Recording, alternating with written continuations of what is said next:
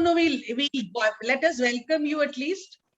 Prerna is going to welcome me. Yes. Good afternoon, everyone.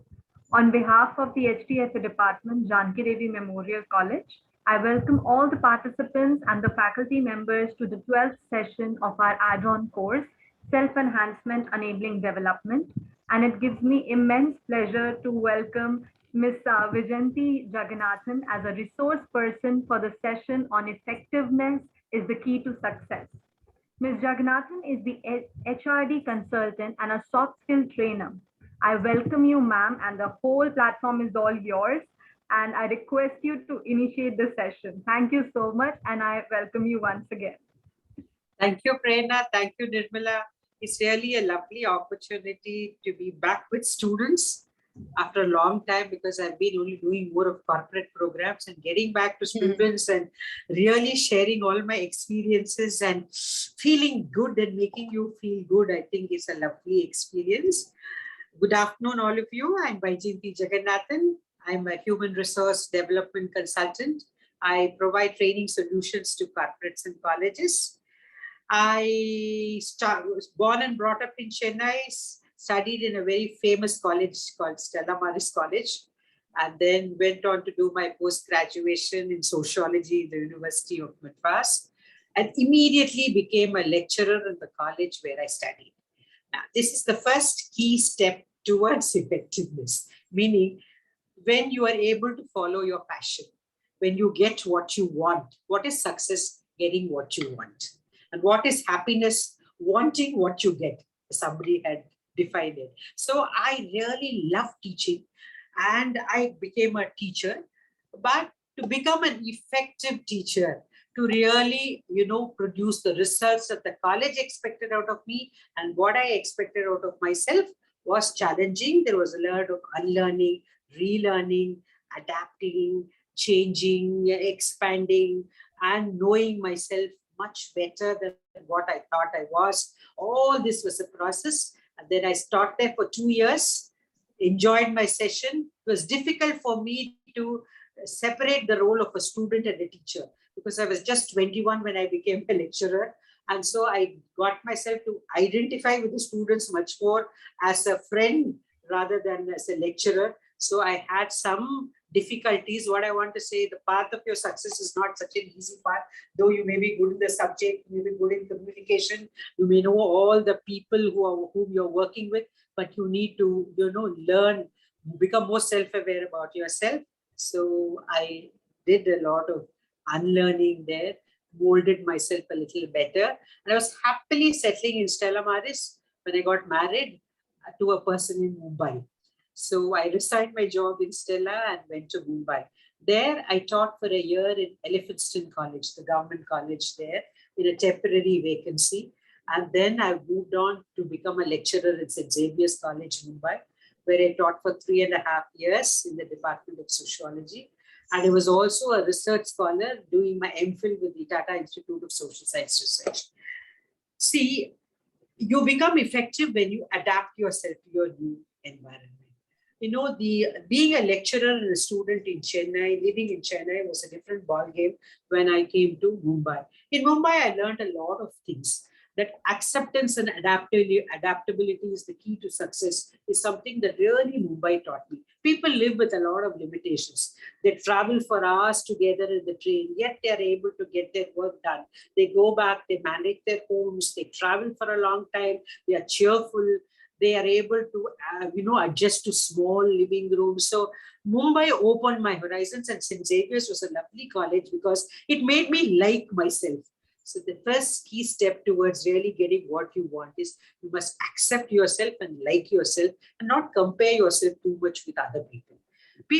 I came to know that people are not superior or inferior, good or bad. People are different. And you must learn to accept that rather than being judgmental. And Mumbai taught me not only from the academic point of view, Tata Institute was a lovely institution, but also St. Xavier's, teaching in a co-education college for the first time, learning to handle boys, learning to handle classrooms, learning to handle a college which said results are not as important as the grooming of a person in the college. So that was a lovely experience. Got my permanency also in Xavier's. And a month after I was confirmed in Xavier's as a lecturer, my dear husband got transferred to Delhi. So like a Bharat Ki Nari, I followed him. Now you can ask me, did I have a choice? Why didn't I stay back? I had a lovely career, a lovely job in Mumbai. See, you make choices based upon your preferences. And when you make a choice, you must think about your choices, learn to accept and live by those choices. I asked myself, do I want a job or do I want a career? Now, this clarity in thinking is the key to success before you become effective. Let us explore the concept of effectiveness later. So I'm only unfolding my personal story. So I asked myself, what do I want? Do I want a job or do I want a career? Anybody can tell me what is the difference from my audience? There are 66 of you who have logged in. Can anybody just throw an answer to me? What's the difference between a job and a career? Anybody? I think a job is what gets us the money to run our lives and livelihood, and career is what you pursue with passion, and you sort of go ahead in it with passion. Wonderful. Job is a temporary undertaking where you get paid for what you do, but growth may or may not happen. But whereas career is a long-term destination where you not only pursue your passion, sometimes if you pursue your passion, you're lucky. But sometimes you may pursue something that is not your passion, but still make a career out of it. And you want to grow and reach some heights. So I asked myself this question, do I want a job or a career? I wanted a job. At that point of being a newly married girl, I wanted only a job. I wanted to be with my husband. I wanted to have a family. So I moved on to Delhi. And when I came to Delhi, I said, okay, I'll think of a job, but let me first get adjusted to Delhi. Now, Delhi also opened my eyes to many things. First of all, your Shuddh Hindi was something that I had to get used to, because Mumbai ka Hindi was very different from Delhi ka Hindi. But Delhi taught me, how courtesy and politeness of language is so important when you communicate with people to get things done. Like the Hanji culture, I always call Delhi the Hanji culture when I went there in the 90s. Hanji, ho jayega ji, no problem hai ji, आपकी सेवा में हाजिर हूँ है जी, लेकिन न कुछ भी नहीं होता है जी. This is what I found out. Lots of politeness to say, never say no to any issue, even if it's difficult, but always nurturing that hope with so much politeness that your optimism, your hope, and your motivation to pursue what you want is there. So Delhi's really opened up my career, my eyes not only to language, courtesy, communication, but also it was a wonderful place where I met the professors whose books I had read as a student when I joined Indira Gandhi National Open University in a temporary vacancy called academic associate. We had to prepare course material for the distance education students, then interact with the professors who are our guide coordinators, sort of edit the content, get their suggestions, work on it again, and make it as simple as possible. Simplification was the process because we were reaching out to students from different backgrounds, different levels and capabilities. So it should be reachable, accessible, and understandable by everybody. So this kind of interaction with the professors who had written books on this subject was an eye-opener for me. And the most humble lesson I learned from interacting with Delhi professors is they were so great, but they were so simple and humble, willing to listen to suggestions from people like me, who was just, a newcomer to that field, and who really were open and willing to share their experience. So these were all very wonderful experiences to me in Delhi, and happily settled in Delhi, settled in Indira Gandhi Open University. And when I was nicely settling down, God decided, no, Vaijayanti can't settle in a place for such a long time. So my husband got transferred to Delhi, to Chennai. So I resigned my job in Delhi and came to Chennai. In Chennai, I took an 8-year gap from work because I had a baby and also because of family reasons. In this 8-year gap, I was project home, project baby. Of course, now and then I used to feel bad when my friends used to present papers in seminars and they grew in their career. But all that was temporary because always I was that kind of a person who I said, when I take a decision, I stick on to the decision and I give best of whatever I have chosen to do. So what is effectiveness? When you give your personal effectiveness is nothing but getting the best out of yourself to do what you want to do or what you've chosen to do or what you are expected to do. So now when all this happened, for me, I said, okay, I'm a homemaker now for the 6 to 8 years. And I waited for my child to go to a full day school before I decided to relaunch myself in a job. When I wanted to get back to a job, the choices were limited because I couldn't become a lecturer. Sociology is not a very popularly offered subject in Chennai.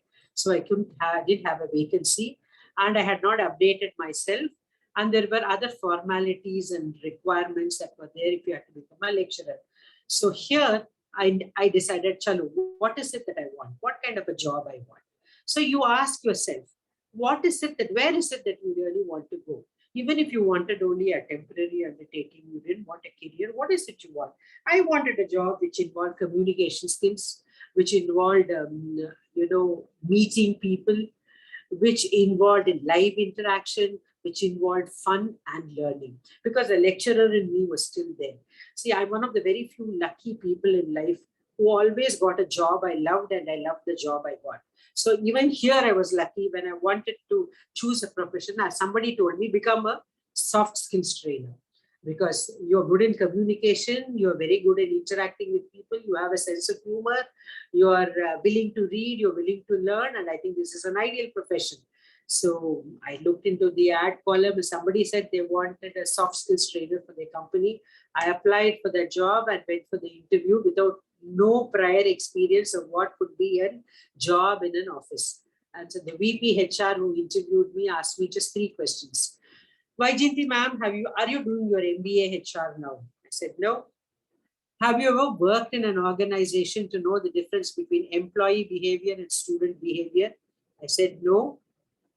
He said, do you know the difference between teaching and training? I said, no. He said, go.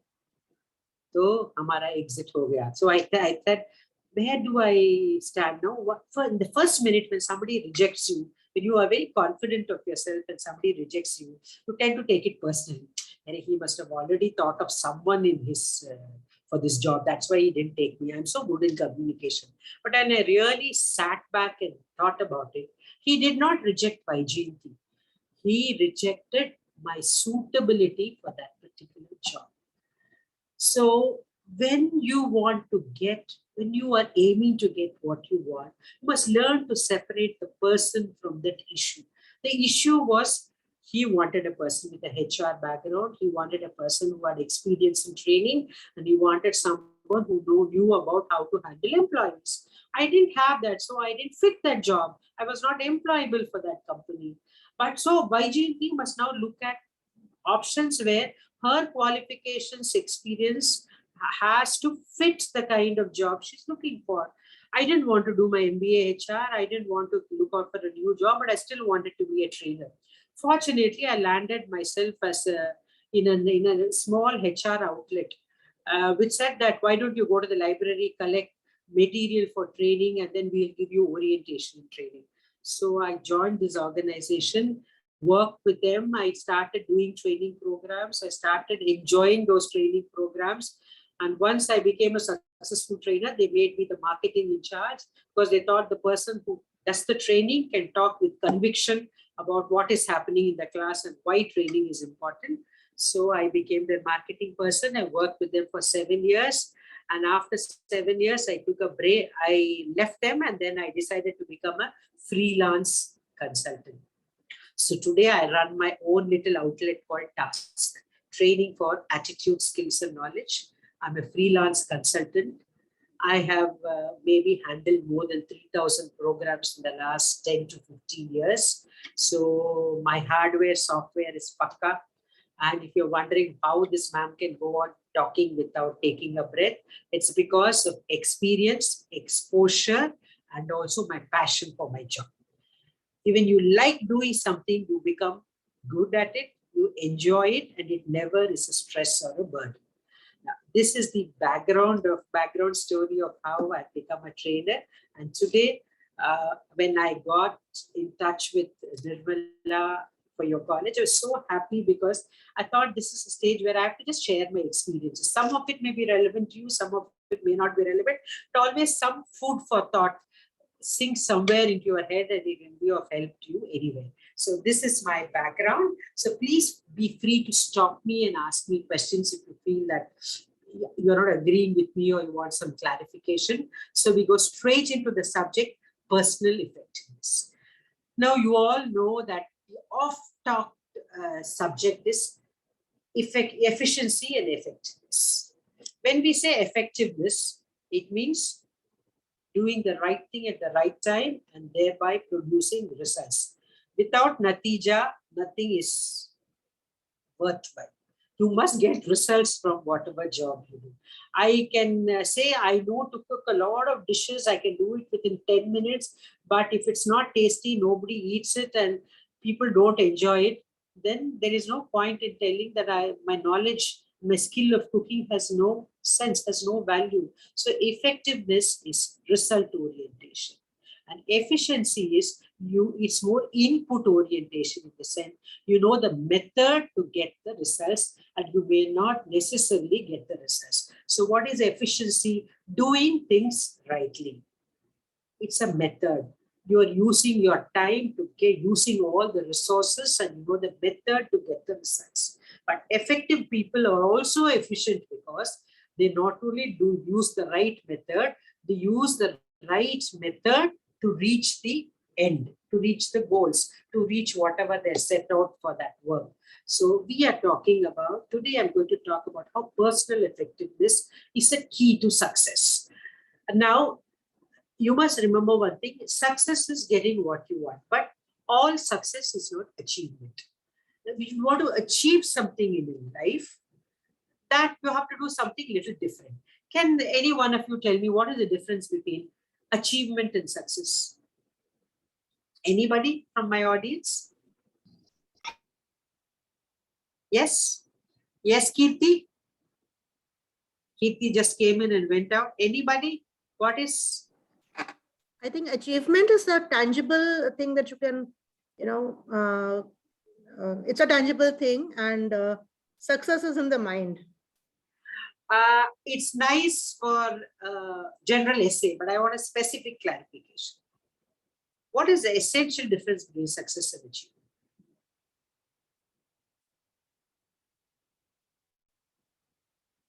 Success, okay, you get what you want. Getting money in the lottery, successful. But what is achievement? What do you think is achievement? I'm trying to get it. What is the Hindi word for achievement? Success to sapalta. But for achievement, what do you say? Achievement is what you want to be in life. That's what somebody is telling. Achievement can be the small things which get fulfilled. Like if I have participated in any writing competition and first, then that's an achievement for me. That won't be success. Okay, you're nearing the right definition, but you're not hitting the nail on the head. Kya ho sakte hain? Sab successful host. You can hear many success stories, but achievement stories, what is achievement? That's okay. Success is getting what you want. Simple definition. Achievement is a feeling. It's a feeling of pride, satisfaction, happiness you experience when you set a target or a goal for yourself. You work hard to reach the target or that goal. With great difficulties, you are reaching that goal or target. And at the end, when you get that target achieved or that goal realized, that subsequent feeling is called an achievement. To give you an example, I am born in a gown. My parents have not gone to school or a college, or they don't even know how a school looks like. I work hard, study in the local school, walk 2 kilometers to go to a middle school, walk 5 kilometers to go to a high school. Then I travel 20 kilometers every day to go to a college in a nearby town, not a famous college. I take a very ordinary course and I get a 3rd class pass, but I come back to my village. as the first graduate in the family, as the first educated member in the family, to that boy or girl, that is an achievement. As you rightly said, achievement is very relative. It is relative to your goals, to your difficulties, to the feelings for the troubles that you have gone through. And when you realize what you wanted to get and you get it, when you get the phal, you're feeling so happy about it. That is an achievement. So there are students who will tell me, ma'am, I had 21 arrears. When I cleared all the 21 arrears, that is my achievement. Somebody will say, passing the 10th standard exam with a lot of difficulties at home and health issues is my achievement. Somebody can say, I was one among the 10 students in my class to get 100% in mathematics. That is my achievement. So it varies from person to person, but achievement is always a feeling of pride, a feeling of satisfaction, tripti. आप बहुत गर्व महसूस करते हैं. क्यों? Because आप जो चाहते थे वो आपको मिल गया, लेकिन आसानी से नहीं मिला, तो आप बहुत प्रयत्न किए थे. That is very, very important, that efforts, difficulties, realization of the goal. That goal can be anything, but still you realized it. So when we talk about personal effectiveness, we are talking about getting results. Some results you feel like achievement, some results you feel it's a success. But whatever be it, you need to be successful and you have to have a sense of achievement, and you must learn how to cope with the challenges that you're going to face in life. So first, what is the first step then toward getting what you want? Now, always remember that you will tell that you must have some idea of what you want to do with your life. Now, some people will say, जीना मुश्किल है, तो क्या madam हम आगे नहीं सोचते हैं? तो इस मन कट गया, this thing is हो गया, ये first year हमने cross किया, वो तो काफी है. Second year देखा जाएगा. Now, I know there are some people's circumstances which cannot be defined so clearly. This is my goal. This is the efforts. Within 5 years' time, I can do this. Within 2 years, I know it's going to be difficult, but it is better always to have an idea about where you want to go, what you want to reach, and what kind of efforts should be taken in order to get what I want. Whether it could be to improve a situation, it could be to get some solid, tangible result, or it could be to overcome the difficulties that you had already had. Some boys used to tell me, my achievement is that I was able to pay back the loan of my father's debt within so many years is my greatest achievement, because I studied, I worked, I did extra tuitions, I really worked. I don't know where I was going, and I never thought of my dreams. I never thought of my passion subject. What was important at that time is to get out of this financial crisis, to keep myself employed, and to really make my family comfortable. That mental stress was gone. So it can vary from people to people from time to time. But you always must have at the back of your head somewhere that I want to reach, something that I want to do. Some of you do have a very clear idea about what you want to do, where you want to reach, and how much of efforts is needed at what point of time in order to get what you want. Now, so we start with the first step towards personal effectiveness. Is that when I say I want to get the best out of myself, and I want to use all my energy, my passion, my motivation, my skills, and my knowledge to get what I want. For that, what do I need? I need to, first thing is, I have to understand, why is this important? Why is effectiveness important, and what should I do? Effectiveness is important because it's for your mental and physical well-being. You can, unless you produce results, unless there is no yardstick to show that you're going in the right direction or going somewhere. So you need to measure your effectiveness, and for which you must know what you have to do. So the first step is your self-role environment understanding. You all have a copy of that diagram, isn't it? SRE, self-role and environment. All of you have it in your phone or in your this thing. Do you have it? Yes or no? I had sent, Nirmala had sent you an image from me, self-role environment triangle. Do you have, yes or no? Look into your phones. Do you have that SRE triangle before you? Self-role environment. Okay. Now, let's start. See, this is called the triangle of life, a key to success and to effectiveness. Now, they are in the form of a triangle because they are interrelated. And empowering self so that you can play any role in any environment is the key to effectiveness. Now, let's start taking the self. Now, how do I make myself Shaktishali? How do I empower myself? So there are different aspects of the self that you have to understand in order to really become effective. First is your physical self, your body. Now there is an external self and an internal self. Now first, please give attention to your body. First, the external self is your appearance, your gait, your body language, the way you walk, the way you talk, the way you use your hands, the way you smile, your appearance. See, good looks is not in your hands, but looking good is in your hands. Yes, the way you dress up, the way you feel comfortable with your body. I feel that everybody is beautiful. Everybody has something very nice about them. But the way they carry themselves, the way they are able to even wear clothes that suits them, the way they are able to maintain their appearance, the way they smile, the way they are able to, really emote with the other person. All the external appearance is very important too, as much as your internal body. What is internal body? Your arogya, your health. Now, please give your body a proper diet, exercise, rest, and sleep. Unless you do these 4 things, you cannot work towards effectiveness. If I have a terrible headache and a stomach ache, I can't be lecturing with so much energy, talking continuously, because that will definitely interfere with my doing the right things at the right time. There will be a barrier, an impediment. So please remember, give your body a proper diet, rest, exercise, and sleep.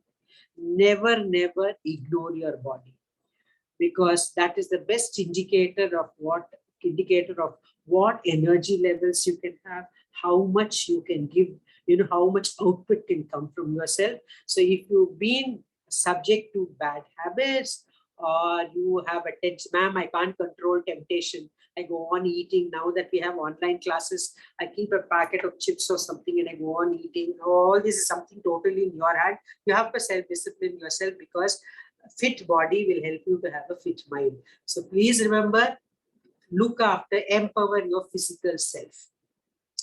Beauty is only skin deep, but the way you carry yourself, the way that you are able to show, the energy comes when you have a healthy body. So please do take rest, do some bit of walking, do some bit of exercising, take a proper balanced diet, and I'm sure that is the first step towards effectiveness. Second comes the mind.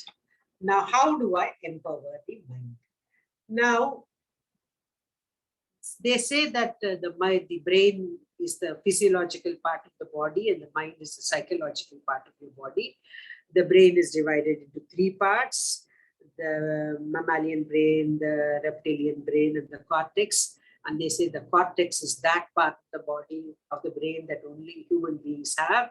And we have 2 parts of the cortex. I've sent you a diagram on the right brain and the left brain. I'm sure you also had some mention of that by the previous lecturers, by the previous speakers, facilitators, that your right brain is supposed to control your imagination, creativity, emotional thinking, drawing, music, dance, art forms, creativity, and your left brain is a logical, structured part of the brain. Now, understanding the brain, understanding how it functions will also help you to know how to make use of it. Now, research has told us that an average man uses only 1 to 10% of his brain. 90 to 99% of the brain is not used at all. So if we were to use all the portions of the brain, it seems, and if we were to make a computer which can match all the functions that the brain can do, that computer will be as big as the earth, it seems. That's what people say. So this is a Mohana Shastra. We have something in us, we really don't know how to make use of it. But there is enough proof to say that the man who uses both sides of the brain, the person who uses both sides of the brain, is a far more effective person than a person who has a tendency to use only one side of the brain. तो आप पूछेंगे madam, we don't know पहले हम brain को use करते हैं या नहीं, but how do we know which part of the brain that we are using? There are a lot of tests and riddles and games available in Mr. Google Guru will tell you. If you say right brain quizzes, left brain quizzes, they'll give you a umpteen number of quizzes to show you whether you know how to use the right brain. Are you using your right brain or are you using the left brain? Now, in this session, let me give you one or two small riddles and let me see how is your nature of your thinking. My first riddle for the day. For those who know the answer, please don't attempt an answer. For those who are hearing it for the first time, please attempt an answer. A man lives in the 15th floor in an apartment. ये तो एक apartment में रहता है 15th floor में. He goes by lift every day to his house. The lift is in perfect working condition. It can stop at all the floors, no mechanical problems. अगर electricity भी failure हो गया तो generator है. So that is technically a very sound lift. It can stop at all the floors, including the 15th floor. This man has a very peculiar habit of when he wants to go to his house, he will get down at the 12th floor and walk 3 floors to reach his house.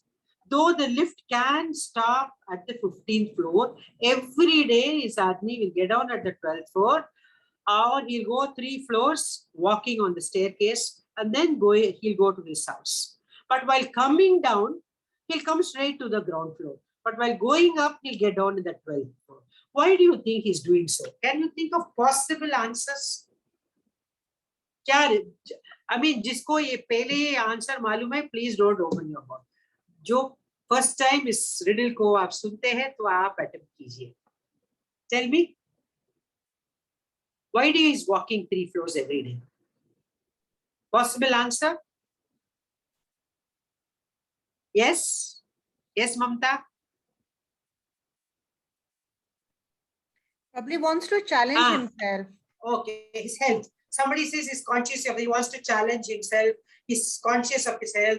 15 floors पैदल जाना तो मुश्किल है, तो 3 floors possible है, इसलिए वो 3 floors exercise के लिए जाते हैं. And he thinks, I think I can walk, so he challenges himself. All these are your logical answers. Give me another answer. Give me another possible reason.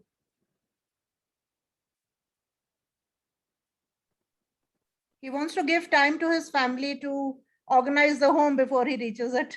Okay, he says, let me prepare them. So how he will give a missed call and say, I have come, I am climbing the stairs. I don't know. They may be possible. He wants to give time, or he wants to show his wife that he's really exercising and coming up, or his daughter, son, or mother, whomever it is. Okay. Any other answer? Any other possibility? Maybe there is a bakery or a friend on the 12th floor. Okay, he has a friend or a bakery or some काम है 12th floor में. He'll finish that and then walk slowly to his house. Possible, right? There are no right or wrong answers. This is called possibility thinking. This is the first key step towards effectiveness. You must think of possibilities and options. Any other option? Any other? He likes the view from the 12th floor. Okay, he likes the view from the 12th floor. You have given me a very nice answer, but there are some naughty answers that I got from the students. They said, ma'am, in the 12th floor, there is a window which overlooks a park and beautiful girls are walking the park, not now for the last 2 years since Corona, but this was before Corona. They're saying that they were all walking, and so this guy used to look at those girls and then go up the staircase. Then another person said, ma'am, there is a masjid or there is a gurudwara or a temple that is overlooking the 12th floor window. So every day this person used to pray to God and then go up. Possibility. Okay, he had a purpose. Okay. Anything else? One student said, ma'am, yeah, there might be a dog or other animals. So he must be, you're not finishing your answer. So you must be wanting to look at them. There was an answer from a student which he says, ma'am, you can never find out which part of my brain is working. I'll tell you, ma'am, this fellow, went to the 12th floor because there are no staircases till the 12th floor. Only there was a lift. From the 12th floor, that building had a staircase. So he went to the 15th floor by staircase. I didn't know which part of his brain was working, because imagine a building without a staircase to the 12th floor, and from the 12th floor only there are CDM. I said, really, I totally surrender to your intelligence. I really don't know which part of your brain is working. Well, another fellow said he's a madman. That's why, ma'am, he's doing that. Can you think? I'll tell you the answer. This was a question in the IAS. I'll tell you the answers that they were expecting, to see whether you have a creative option in your mind. Any other answer before I give you the answer? Anybody who knows the answer who wants to tell it out? Anybody? Okay, I'll tell you the answer. He was a short man. The maximum button he could reach in the lift was the 12th button. So he went to the 12th floor. Now, immediately on group options, ma'am, you must add a clause except on a rainy day. बारिश के दिन इनके पास एक छतरी होगा और छतरी को एंड से वो 15 फ्लोर तक बटन को प्रेस कर सकते हैं. So you must write except on a rainy day. He did not have any instrument in his hand. He was put clauses like that. But the image, see, the possibility of a short man is something which is called a creative option. Today, organizations are looking out for people who can think of a different option to get a result. Maybe the result can be modified or richer because of your optional thinking skills. Then I'll give you another riddle. This is also another popular one in the IAS. A man goes to a juice shop. Ma'am, how is it possible that he can always be around? You must not ask all these exceptional questions. This is how the riddle goes. You can say that if there are other people, somebody would help him to do so. We assume all that is not there. They are not interested in knowing the conditions under which this riddle is valid or invalid. But they want to know whether you can think differently. Thinking differently is the purpose of this question. I'll give you another one. A man goes to a juice shop. A sada juice is 8 rupees and special juice is 10 rupees. A customer comes, gives a 10 rupee note to the shopkeeper. The shopkeeper asks him, what juice do you want? Sada juice or special juice? The customer says, yes, I want a special juice. So the shopwala gives him a special juice. After some time, another customer comes. He also gives 10 rupees. But this time, the shopkeeper just looks at him, does not ask him anything, and gives him a special juice. Why did not the shopkeeper ask anything to the second customer, whereas to the first customer, he asked him what he wanted? Both of them gave 10 rupees. Why? Give me options. Social intelligence. तो मुझे वो एक पक्का answer दीजिए ना. Social intelligence माने?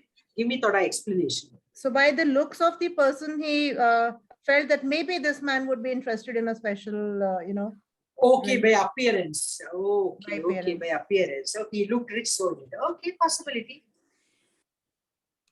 Second one is a daily customer. Okay. Maybe this person he could sense was deaf and dumb. So he thought he Maybe would just the jump customer. in. Okay. The okay. customer maybe is deaf and dumb, so maybe he cannot speak out. So why did he give him a 10? He could have given even an 8 rupees. Okay, for business sake, he gave him a 10 rupees. 10 rupees means more profit than 8 rupees. Okay. Any other possibility? Deaf and dumb, rich man, regular customer. What else? This is how you must. These are small exercises, but it really help you to work towards your effectiveness. Optional thinking skills. Okay. What other option?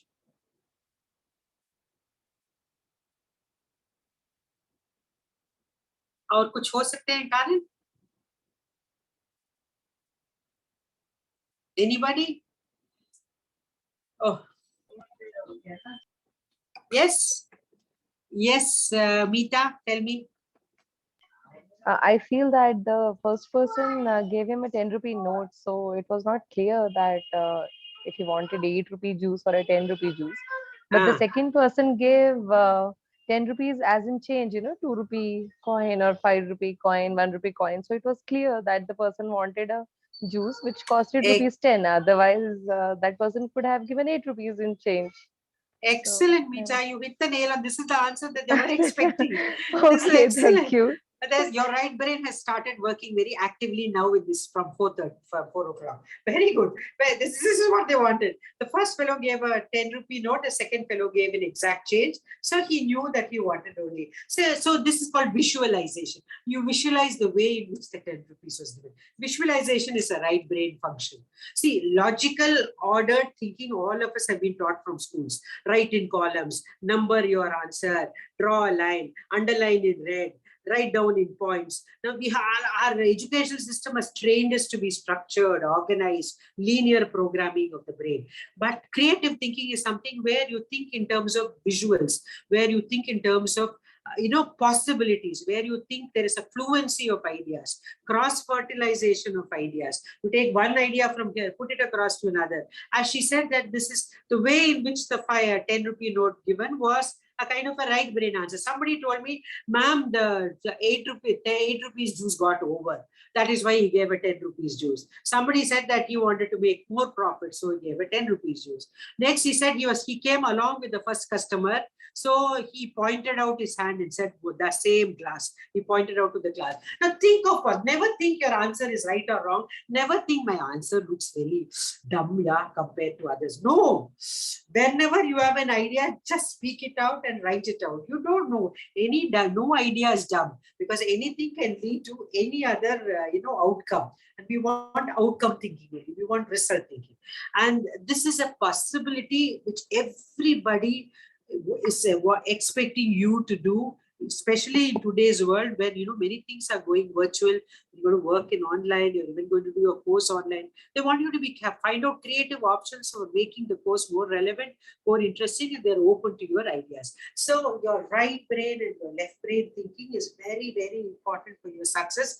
And unless you think, the most important thing is thinking. Now, when you think and do something, then they say the thinking should be generated. Ideally, it should start from the right brain. Then it should then go to the left brain, and then you should sort of combine it together to work. Now, there are exercises how to stimulate right brain thinking, but that is one area which has not been stimulated by many. You can go to your Google and you can find out. But why am I talking about thinking skills? Because thinking skill is very, very important for your effectiveness. And what is thinking? Your thinking is the ability to be aware, to work out, to analyze, to draw out options when logic is also needed, and when many choices are also given. So when you have more choices, your decision-making abilities and your problem-solving skills will be enhanced. What is a decision? A decision is a choice between alternate courses of action. Very many times we may not have choices to act. We are forced to accept a choice. But when you start working out on the choices that possibly could be given, and when you start exercising your ability to prepare yourself, proactively prepare yourself. What is proactivity? Ability to think ahead before an event occurs. If it's raining and then I say, "Arey, my umbrella is not working properly, the roads will be muddy, I can't take out my scooter," you're reacting.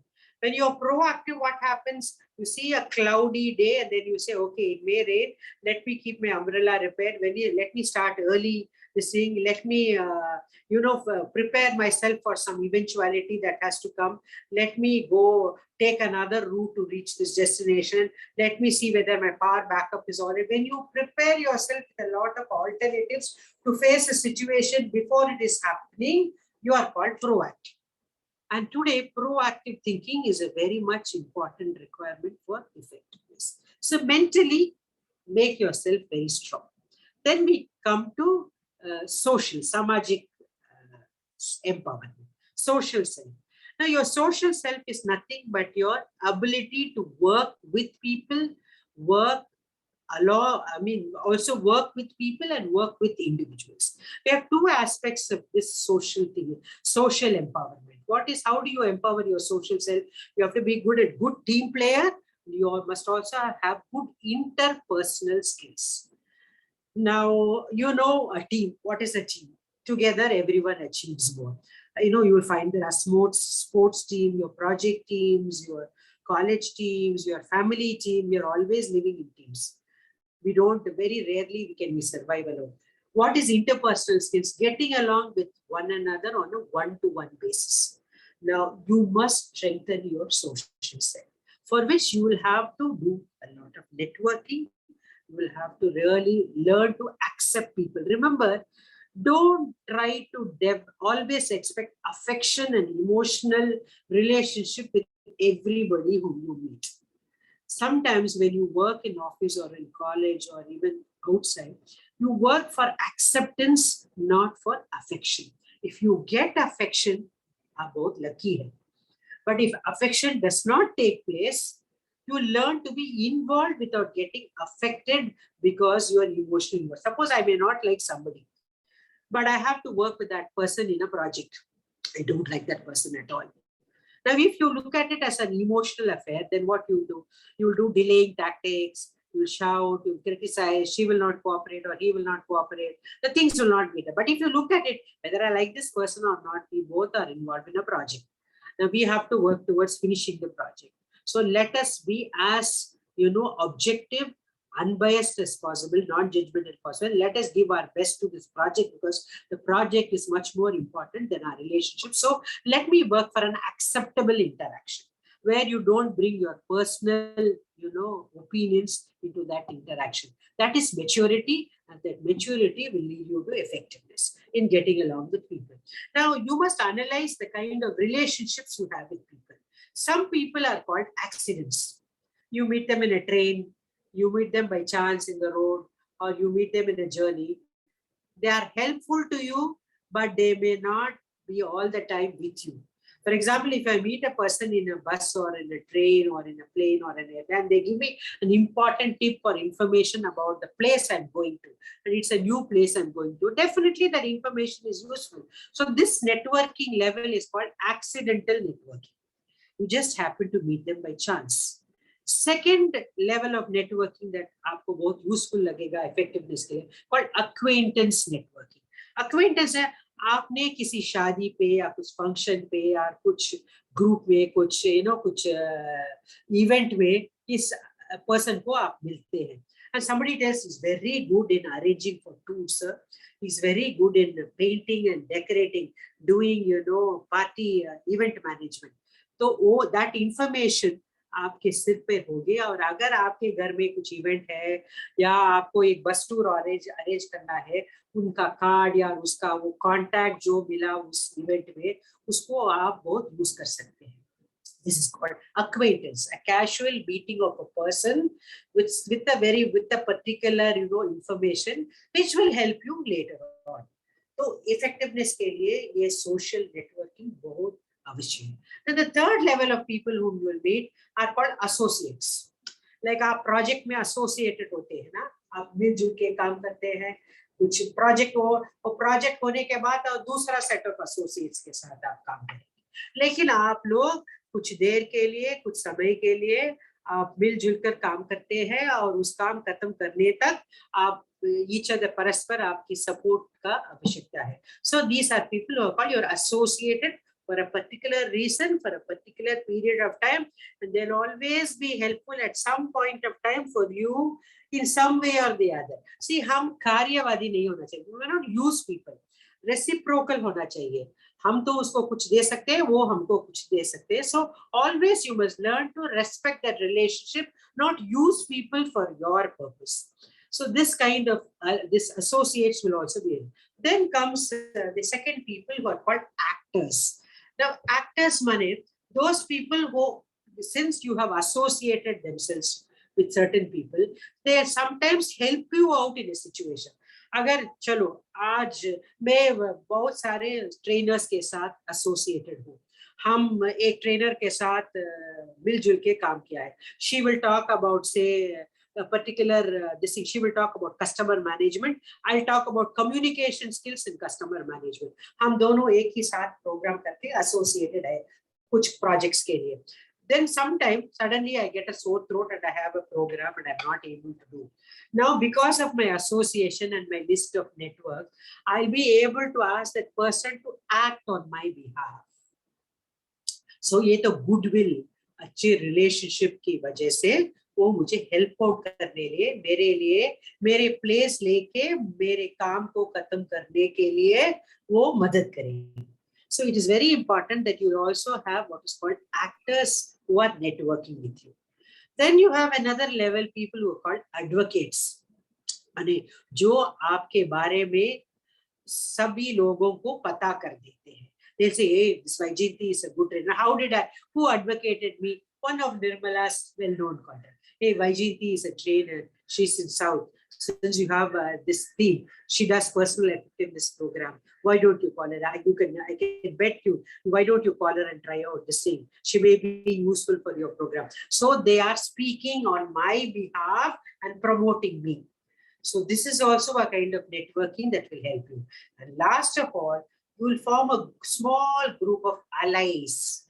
जो alliance बोलते हैं ना, जो permanently आप जोड़ के एक tight group और टीम होते हैं, तो हमेशा के लिए लॉन्ग टर्म के लिए आप लोग परस्पर फ्रेंड्स भी है, हेल्प भी करते हैं, और mutually you benefit from each other and you enjoy being in that kind of an alliance.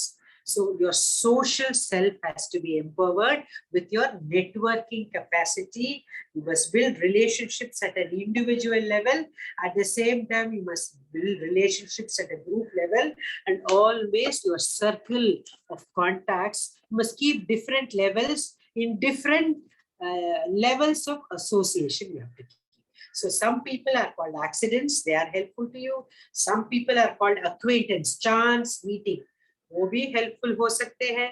Some people are called your associates. आप किसी काम के लिए आते हैं, काम खत्म करने के बाद आप तो वो ग्रुप नहीं होंगे, but you are associated for a small period of time and उस याद में होंगे और आपके contact list में होंगे.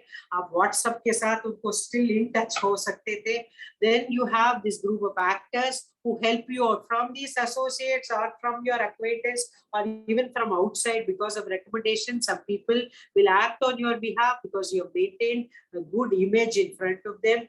Then your people who advocate for you, वो आपके बारे में अच्छे शब्द बोल के आपकी जो काम के लिए सफलता के लिए बहुत मदद करते हैं. And last of all, people who are called allies, a small good group of friendship, tightly bonded groups where you are really there for each other and you do many things together. You help out each other even if you are not in the same area of expertise. So this is how effectiveness, getting the results you want in life, requires you to empower your social self or your relationship building activities. And when you build relationships, you must remember all relationships need not be an emotional relationship. They need not be involved always with affection, with, with tears, with joy, with celebration. Some things, you are very good friends. Yes, there's a lot of affection, but you must learn to be mature. You have to have mature relationships with people where you are involved, but you don't get too emotional. You have to accept people as they are and don't expect them to be like you. Either a very important concept आता है trust. किससे आप भरोसा कर सकते हैं? So you must remember that trust. Stephen Covey very beautifully, one author had analyzed trust. Bharosa said there are three kinds of trust: smart trust, distrust, and mistrust. What is smart trust? अच्छे आदमी पर भरोसा करते हैं, ठीक आदमी पर भरोसा रखते हैं और मैं भी भरोसामंद हूँ. So what does it mean? It means that you do after analysis, thinking, you build a relationship, and once you are after your analysis and your relationship tells you that this person is the right person, you develop trust and you place trust on that person. भरोसा कर सकते हैं. Some people on the other hand बहुत analysis करते हैं और इनके बारे में relationship जोड़ने के लिए छोड़ देते हैं. इस समय what happens to this आदमी? He will always distrust. किसी पर भरोसा नहीं करते. हमेशा डाउट के साथ देखते हैं, ये हो सकते हैं, वो मुझे चीट कर सकते हैं, ये ऐसा है, वो वैसा है, बहुत एनालिसिस में काम हो गया, लेकिन वो पर्सन को अंडरस्टैंड करने लिए वो टाइम नहीं स्पेंड करते हैं. So this is called distrust. And some people what they do, वो एनालिसिस ही नहीं होता है, ब्लाइंडली ट्रस्ट करते हैं. अरे मुझे बहुत अच्छा लगता है, वो भरोसेमंद आदमी है, तो मैं सब इनके लिए मैं सब बोल सकता हूँ, मैं सब उनके साथ शेयर करता हूँ. You do everything, you always you are building relationship, but you are not using your brain to do the analysis. This is called mistrust. तो आप रॉन्ग आदमी पर ट्रस्ट करते हैं, मिसट्रस्ट होते हैं. So when you empower your social self, you should not only learn to build relationship, you should not only know how to network with people, you must also know whom to trust, how much to trust, and how do I develop a trust with people. This is very, very important in your journey towards your effectiveness. So any questions? Since so much I have talked, any questions now before we go again further to the next aspect of our effectiveness? Yes. Yeah, I would like to ask, how do introverts fare in this, situation? So are they at a handicap? Yes, to some extent, depending upon the nature of job and the necessity for them to meet people. Suppose I'm a researcher and I need to do a lot of work myself, and I have one or two people with whom I keep them informed. Your introvert nature may not be a problem. And today, thanks up to your mail and your WhatsApp, you don't have to meet people and establish a kind of a social milieu in order to get your work done. But if you are in a job or in a situation where you need to get work done with other people, this introvertism will definitely be a difficulty for you. So you have to reduce it. How do I reduce it? By trying to find out essentially, when do I need to meet people? What is the minimum I need to share? Or have a buddy or a good friend who can be your spokesperson for you, who can understand you, who really knows you in and out, and who can really take out your issues to be a mediator or a leveler, a bridge between the people you need to meet and people whom you are not meeting personally. I don't know whether I've answered your question. Yes? Yes, you did. Thank you. Okay. Anybody, any other question on empowering self physically, mentally, and socially in this area? Any other question? Okay, shall we go to the next aspect of self? The last aspect of self is spiritual self. Spirituality. Spirituality has nothing to do with God. It's a wide outlook, like Nazariya. You have got so much in life, some you have been given to us. How do I give back to society what I've got? That ability to think beyond your self-interest and reach out to others in a small, big, medium way at whatever time you can is the kind of richness that you add to your spiritual self. And believe me, spirituality makes you feel good about yourself. It makes you feel worthwhile. It gives you a sense of self-worth. It gives you a sense of, a fulfillment which cannot be quantified or expressed but definitely when you reach out to others and when you have that humble perspective that I'm a small speck in this creation, so many things I've got without asking for it. And what is it that I can give back or make a difference in somebody's life? If you have that kind of nazariya, that kind of attitude, that kind of manobha, believe me, you are already paving the ground for your effectiveness. So we did the first concept of effectiveness comes in empowering self. And that self has so many aspects and make it strong in this way. Then I come to the role. Now, when I define a role, hum Hindi mein bolte hain patra, the part you play in life. But when you technically define a role, it is the behavior expected of a person occupying a particular position. Vaijayanti is occupying now the position of a facilitator. What is the behavior expected out of her? That she should give tips on effectiveness as a key to success. Now, Vaijayanti cannot be talking about what she cooked in the morning where is she going for an outing, what kind of aches and pains she has in the body. Because in this role, I have a goal or an objective. I have to give the tips to my students for becoming successful and to become an achiever. And for that, what are the methods, the means by which I can achieve it? Now, Vaijayanti is not only occupying a position of a facilitator. Vaijayanti occupies many positions in her life. She's a mother, she's a daughter, she's a wife, she's a student, she's a teacher, she's a facilitator, she's a neighbor, she's a citizen. In each of these positions, there are some objectives, there are some expectations. And in order to fulfill those expectations, I had to perform some actions to fulfill those expectations. Now, what are the actions? I'm explaining, teaching, asking you questions. I'm demonstrating. I showed you 2 or 3 slides. Now, these are the actions that I did in order to make my point very clear, because the objective is to give you tips on effectiveness. Now, the greatest challenge we have is how do we have a balance between these different roles we play as a mother, as a daughter, as a facilitator, as a neighbor, as a daughter-in-law, as a wife, or as a student in anything. Now, the key to success is when you are very guided by the objectives, not by the actions, you can be far more successful. See, to give you an example, I go back after this class, Vaijayanti switches on to give importance to a position as a homemaker. Now, what is the objective or expectation of a homemaker or as a housewife?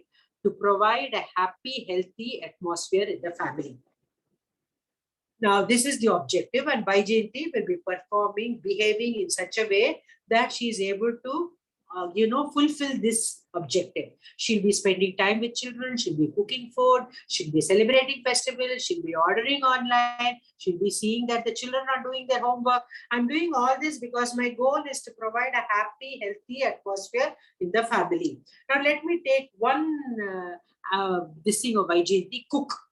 One position as a cook. Now, what is the expectation of Vaijayanti as a cook? To provide a tasty, nutritious, balanced diet to the family. But Vaijayanti has gone to a cookery class. She knows 101 dishes, North Indian, South Indian, Asian, intercontinental, and she wants to give, she doesn't want her children or her family members to go to a hotel. She wants to bring all that is in a hotel at home, and I cook every day a big variety of dishes, sweets, savories, everything. I have satisfied the criterion of tasty, but I have not given equal balance to the expectation, balanced, nutritious diet. So Vaijayanti may fail to bring the balance in that role because she's giving importance to actions and to her knowledge of the actions rather than the expectations. Suppose I go back home, my child comes running. In my home, my child comes like, Mommy, in my online class, what they all did. I said, keep quiet. You'll be saying you're hungry. I have to cook. Even I had online classes. No, don't disturb me. Then what am I doing? I'm going on spending time in cooking, and I'm not giving that kind of attention to the child, which is also a part of my agenda.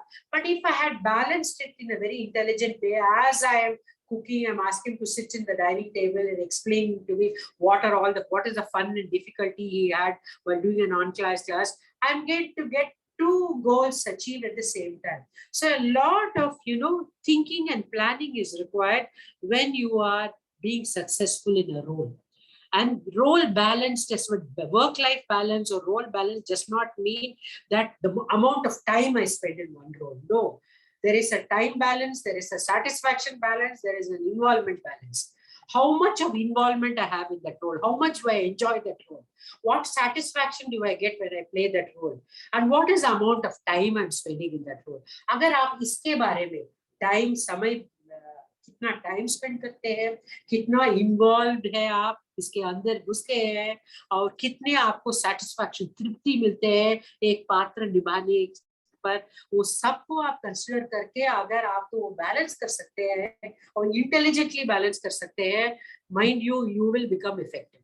प्रभावशाली हो जाते हैं, definitely you will get results. जो नतीजा परिणाम आपके जो लक्ष्य आपके सामने है जरूर वो पूर्ति होगी, क्योंकि हमारे हमारे पास जो हमारे कंट्रोल में है वो हम ऑर्गेनाइज करना है। See this corona was not in our hands, death of a family was not in our hands, some financial circumstances that were dictated by others were not in our hands, but whatever has been in our hands and in our control, we must do.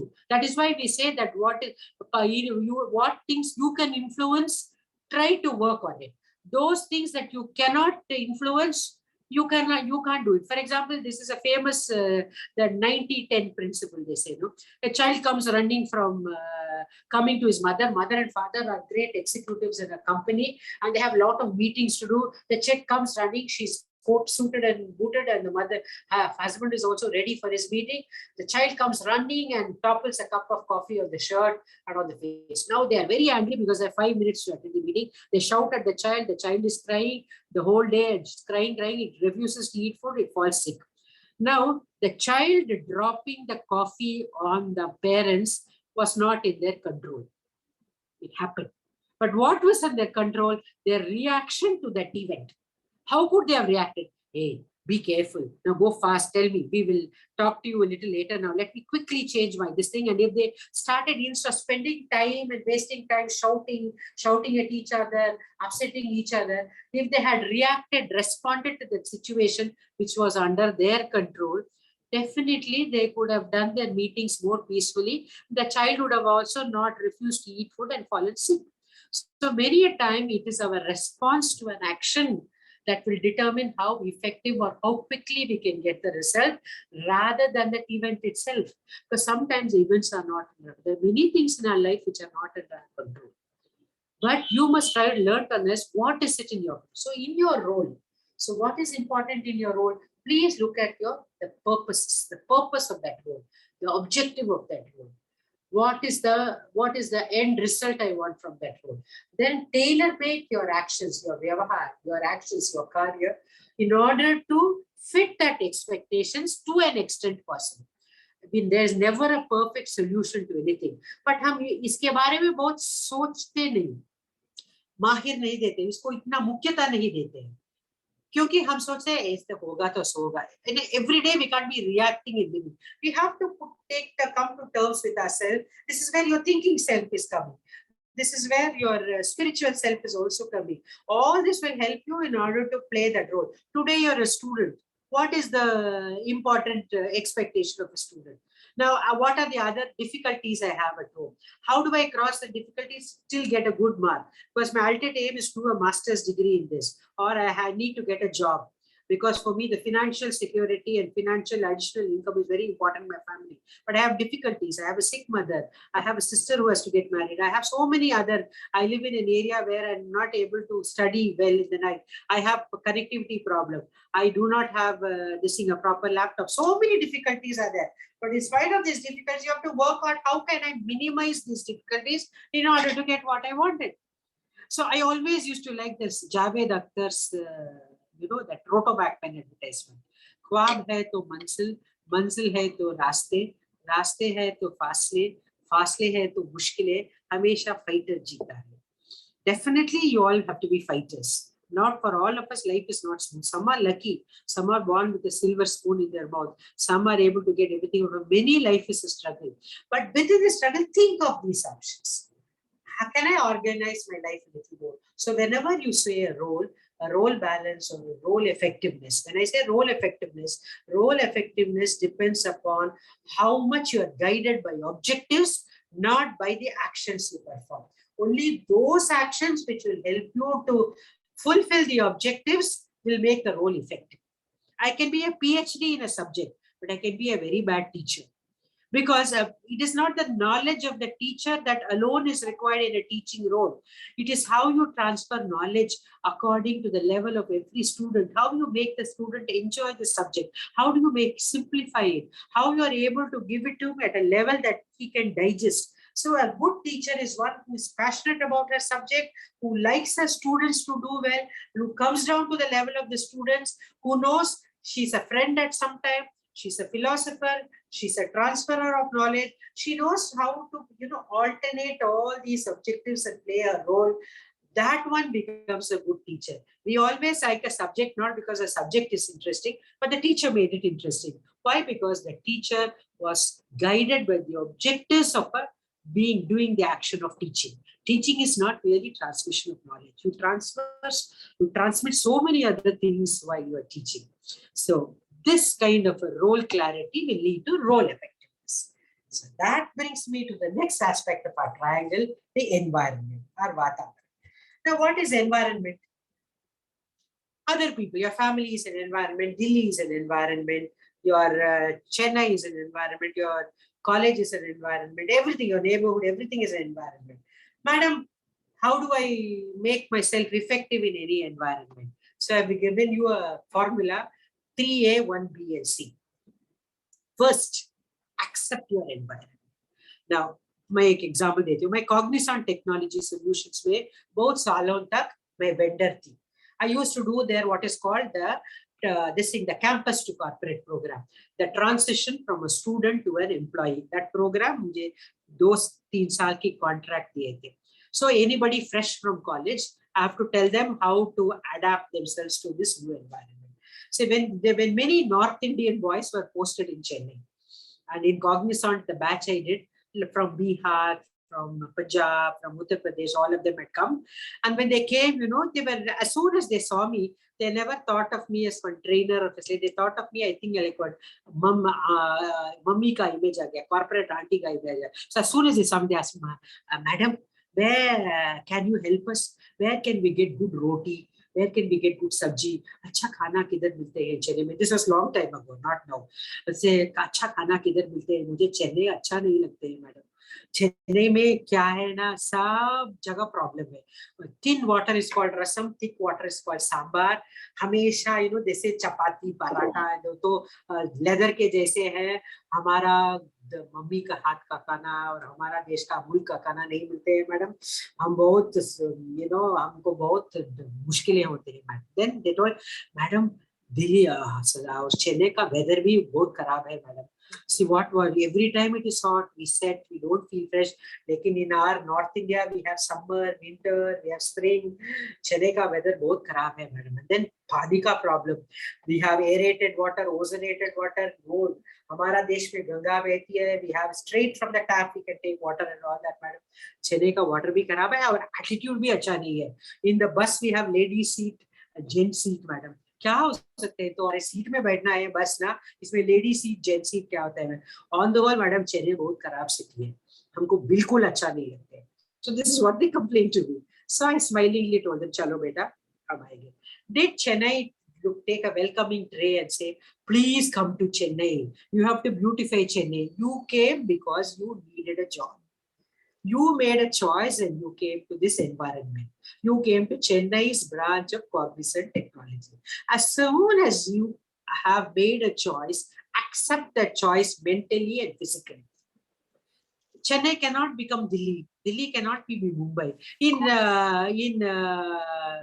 In Bombay, they have everything chalta hai attitude. When I came to Delhi, I had to be very conscious of my, Hindi. I had to know main hu, tum ho. We have to speak grammatically. Urdu bhi bolte. Because they used to tell me certain phrases in the beginning which I never understood.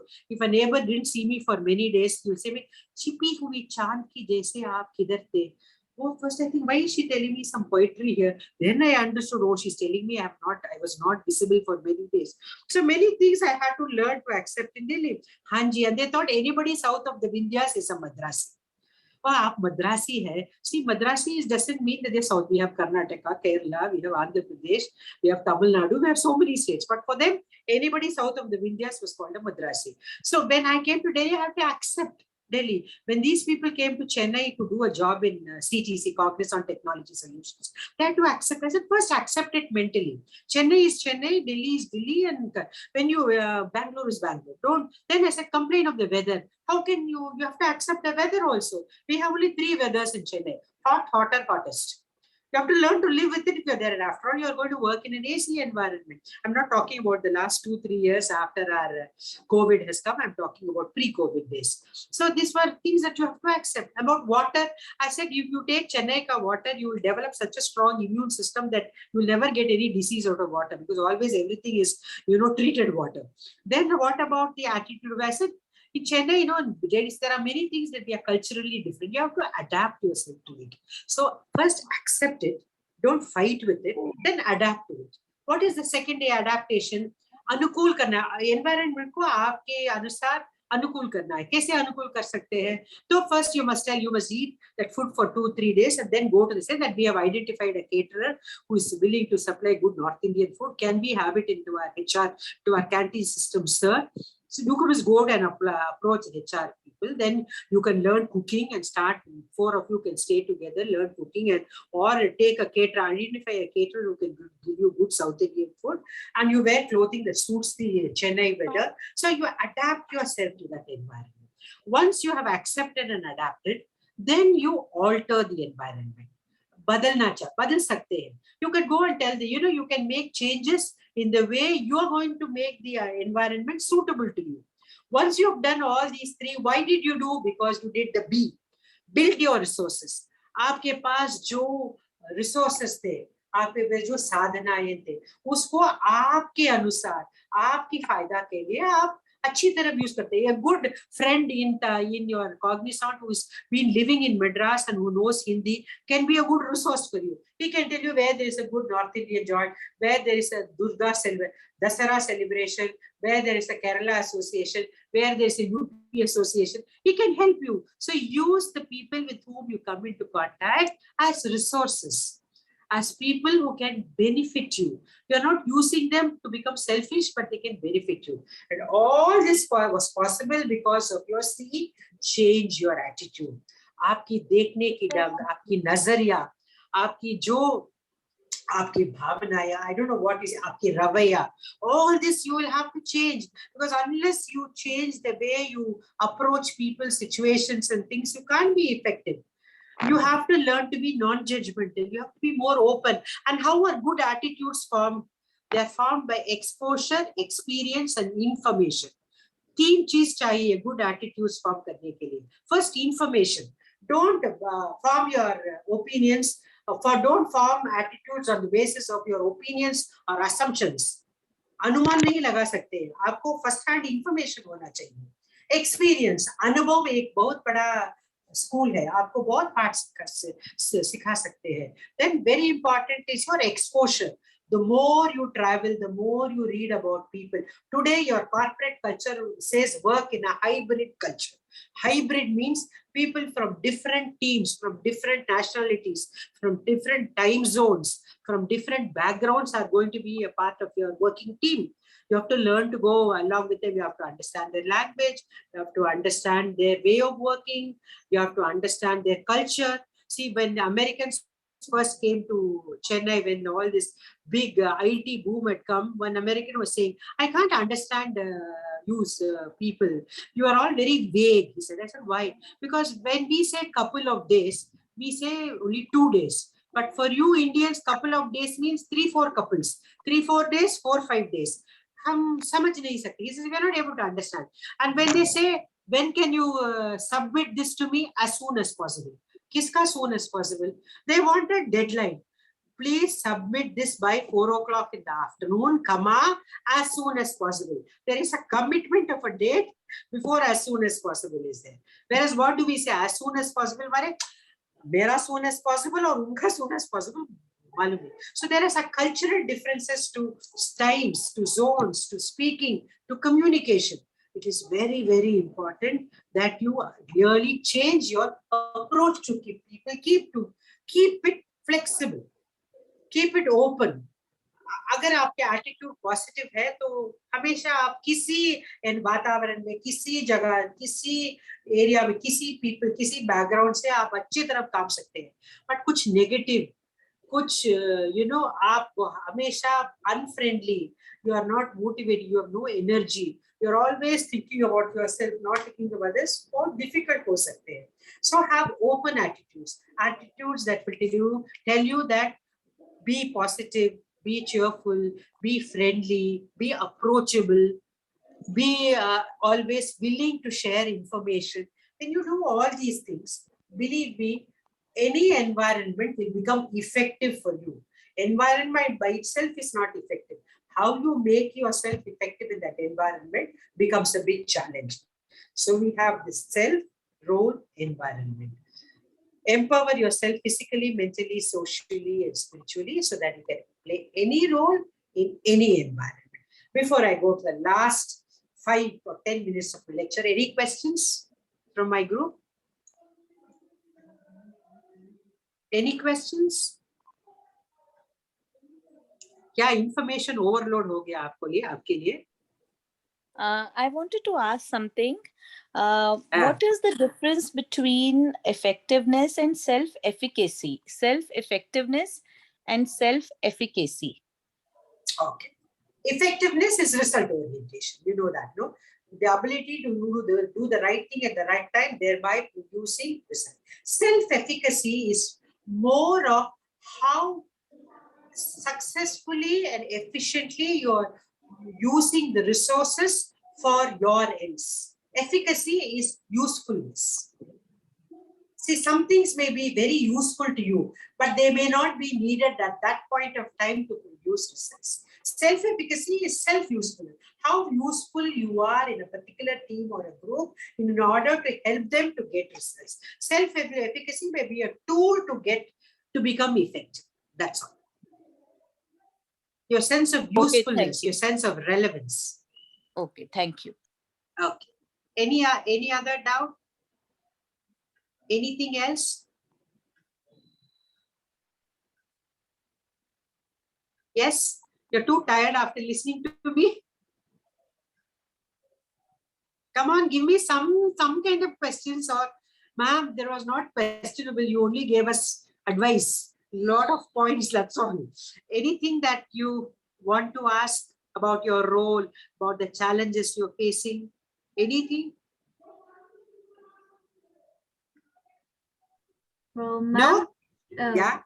Ma'am, I have a question that what is our role as a child, as a good child? Because our parents expect that we should do everything by informing them. But there are some things that we think that if we tell them we'll be like कि हम छोटे नहीं हैं अब इतना तो हम अपनी मर्जी से कर ही सकते हैं. So what?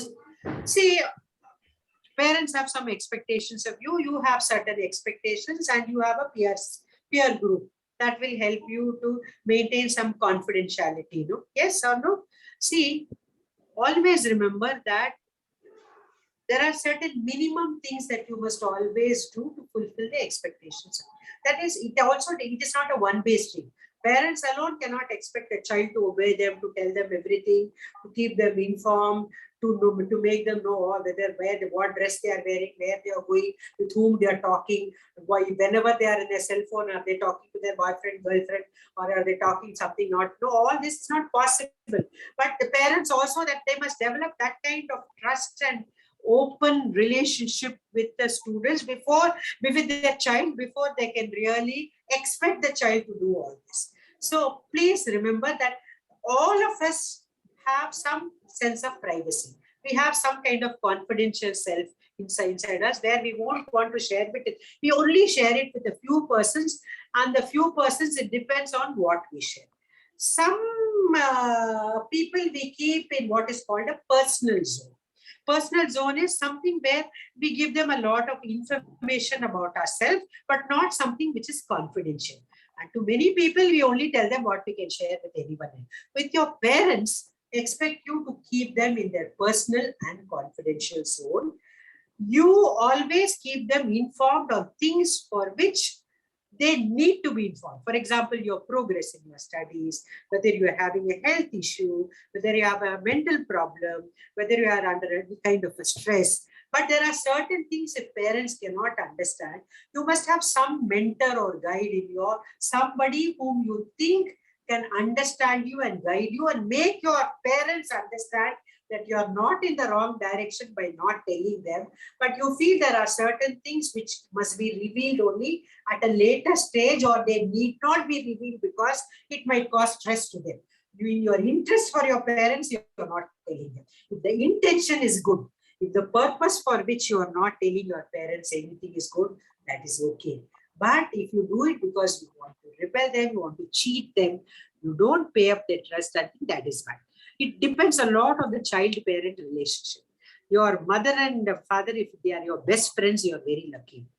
But if your mother and father don't understand the world or the pressure you are, you have to find out what is it they like to be informed. Keep them informed and that major. They want you to study. They want you to have good friends. They want you to participate in family functions. To some extent possible, do all this, so that they don't suspect that anything that you do inside the closed doors is always against them, or is something against their interest. You are doing something wrong. Learn. Trust is very important. I don't have. Do you think I made it clearer for you? Yes, ma'am. Thank you, ma'am. Thank you. Anybody else? Anybody else?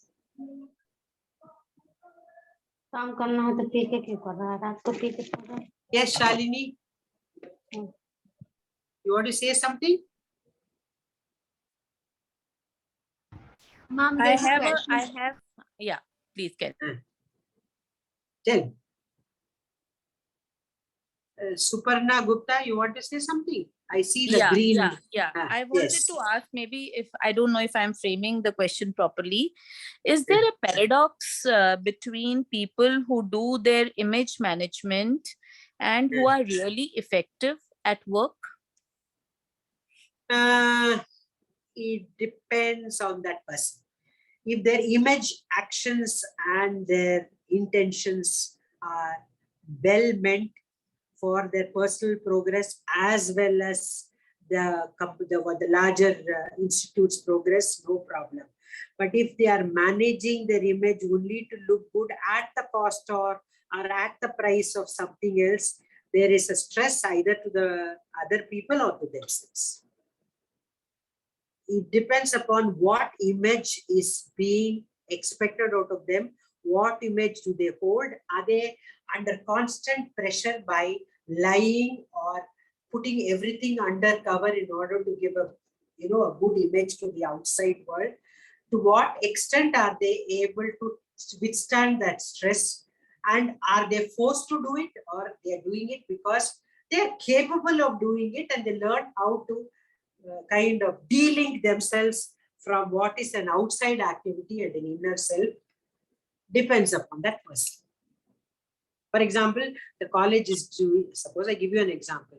I have a friend who I have to support somebody who's doing unethical in my group.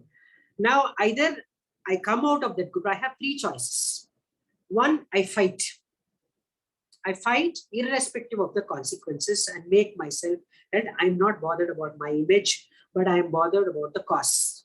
I'm about the results, about the people involved in the cost. Second is I adapt.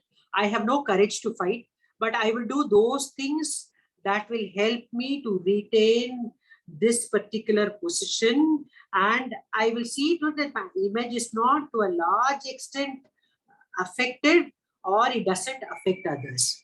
The third is flight. To leave it and go. When there is a paradox, leave if you have other options available. But are they effective? It depends upon the situation in which you are. It depends upon the person, what he wants, what is his goal. It depends a lot on the individual where he is heading to. Effectiveness is very, very different for different people. Some people can be more effective, less effective. Some people want 100% results in certain areas, but only 20% results in some areas. So it varies from person to person. I do not know in what context you are asking me, You're talking as a group or you're In talking terms as a of, social acceptance Give me or an example. Give me an example or something like that. Suparna, It's very they could difficult to answer. be, Suparna, they could be effective for themselves. that's It's right. totally I personal. think I It's totally understand the personal. context. So I think they could be effective for themselves. That's also a possibility, no? Yeah. I'm saying it's different, and it is different it depends on your expectations and what you have set out as results, how important they are to you. In the end of the day, you want to get your goals achieved. You don't want any kind of hassle, and at the same time, your conscience is clear. If that is a situation, it's an ideal situation. Yes, thank you so much. Anybody else? Ma'am, there's Yes. a question in the chat box for you from Naba. She says, as society said, working women can't handle work or home together. So what are the reasons for this and how do you manage, ma'am? They can't work from home. I have to, that's what I said, no, you should not look, for me, work-life balance means I've learned to tell something to myself. I cannot expect to be a perfect mother, perfect cook, perfect housewife, perfect, employee, everything. Once I put the pressure on myself, then first that itself will upset my balance.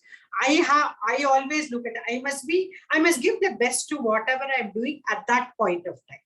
So you must learn to demarcate your priorities very, very well. When I'm at home, first of all, it depends on the support you receive at home, the kind of help, the kind of family you are. All these are very important factors. More important to yourself, you say that how involved, there must be an involvement balance, there must be a satisfaction balance, there must be a time balance. For me, these three things are very much. How involved am I in a particular role, and at what cost am I involving it at the expense of other roles? I have to weigh that. Then how satisfied I am playing that particular role as a mother, daughter, as an employee, as a team player, as a wife. That satisfaction I have to do. That is the amount of time that I spent on a particular one. When I do a campus to corporate program with you day after tomorrow, I shall talk about what is the kind of health checkup you should do for your, for achieving this kind of a balance, time management balance, as women or as any individual. So I think I balance it because I don't put too much pressure on myself that I have to be. If suppose somebody is good at something, I let go. I don't have to prove that I'm the best in everything. I'm the best dosa maker, I'm the best trainer, and best. Whatever, to the best of my ability, I do without comparison. Balance already, the mental balance already takes place. But I'm saying this is subject to a lot of circumstances in the family, and the support you get from the family, and the nature of your job. If it's an IT job where there is no kind of a time duration, you're always under constant pressure, and you have young children, it can be help for them, and they have to work out what they need to do with their lives. Yes.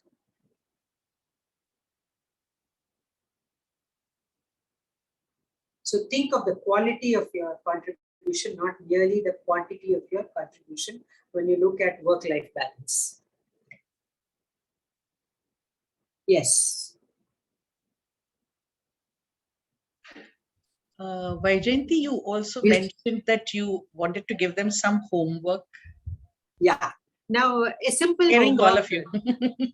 here. See, to be on day after tomorrow, just brainstorm individually or with your friends. What do you think is the similarities and differences between campus life and corporate life? You've not entered corporate life. So I want you to just brainstorm at least 5 similarities and 5 differences between campus and corporate, between school, between college and workplace. So will you do that brainstorming homework for me and come so that we can start with your inputs, and then we can build on the inputs to go to a campus to corporate workshop, to a session. That's your homework. What is the difference between college life and corporate life? And where are the similarities in both these areas? That's my homework, Nirmala, simple homework. Instead of me lecturing to them, I thought they can get it. Now, college means I don't mean physical campus college. See, you have been to, some of you, is there anyone who has not been to college at all in their life, the campus life? But you know that college life involves, meaning whether you are doing it virtually or whether you are actually doing it. College means this things. Corporate means this things. Just give me that list. Whatever you think is the difference in the older times and in the current times. Before COVID and after COVID. Before COVID and during COVID, not after COVID, during COVID.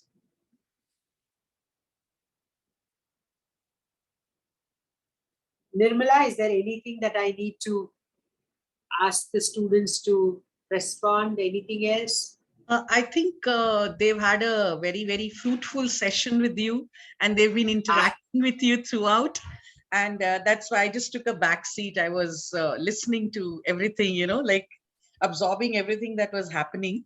And I think right from the word go, they've been interacting, which is fantastic because that's the way a session should be. And thank you so much. The other thing is, you already given them the homework, that is brainstorming, which I think they will definitely enjoy doing.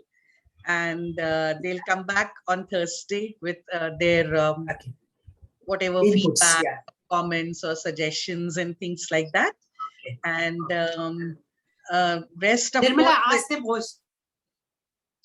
to interrupt. No. Ask them whether they want anything else more that they expect on Thursday, which they wanted, but I have not sort of added to their expectations, so I can incorporate that also. Participants, the speaker is asking you directly, is there anything else that you would like us to incorporate that has been missed out? And not deliberately. I mean, it just hasn't been touched upon or something like that, overlooked. So in case if there's anything that you wish that the speaker should incorporate on Thursday, you can let me know. I can pass on the information. It's possible that it may not occur to you right now. It may occur to you a little later. That's also a possibility, because whenever a session ends, there is so much information, and slowly, gradually, when you sit down, things start sinking in. Yes. So that time is required. So we understand that perfectly.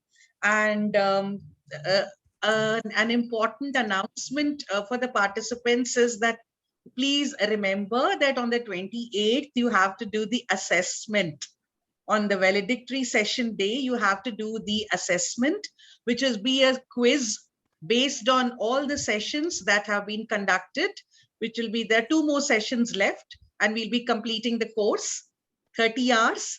And we have shared all the PPTs with you on the WhatsApp group. On that very day, the speakers have been very, very, very accommodating. They have shared their PPTs. Some of them shared their pre-work sessions and things like that. They worked very hard for these sessions. And so you have your PPTs there on the group. Please go through them so that it's easy for you to attempt the quiz. It's going to be an MCQ basically. So, you have all the material there on the group. So it shouldn't be very difficult if you have been attending the sessions and if you have been paying attention to whatever is being said. And most of you have been extremely interactive. So I'm sure you'll be able to attempt the quiz, which is a mandatory requirement for the course. It is a NAC requirement. It is a university requirement. So we had to incorporate it. There was no way that an assessment can be skipped. Even in a faculty development program, we go through an assessment. You all know that. So it's just a very simple thing. You'll be able to do it in flat 15 to 20 minutes. So on 28th, when you have the valedictory session, it will be valedictory and assessment. So I am just kind of mentally preparing you for that so that you can start going through the PPTs, because we started last month, and so please start going through it. Just refresh everything so that it's easy for you to attempt the questions, and they are very, very simple. And you have the choices in front of you. You just have to take the right, whatever is most appropriate. Okay, so this is one announcement I wanted to make so that you are aware of the assessment test. We have mentioned it in the brochure. We mentioned it in our information booklet and all, but time and again people forget, and they suddenly say, oh, we didn't know we had to do a test. Yes, you have to. I won't call it a test, it's just a quiz. So that is something I wanted to share with you. And a formal thank you to Vaijayanti Jagannath for accepting our invitation to do this session on managing effectively for success. And she will be doing another session for us day after tomorrow on campus to corporate. And this is her forte. I'm told that this is something she's been doing for years together, both to the corporate and with the college students. So thank you so much, Vaijayanti, for doing two sessions, not one, but two sessions for us. And I request all the participants to unmute their cameras for a group photograph with the speaker. Please unmute your cameras. I also want to thank Ms. Jagannath for a lovely, lively and passionate session. Thank you so much. Thanks, Suparna. Thank you so much. Thank you so much. Everyone, please come on the camera so that we can take a group photograph. This is just a documentation. All the 100 would be able to come. They'll come in various frames, no? Oh, okay. And please fill the feedback form. Don't forget that. That's very important.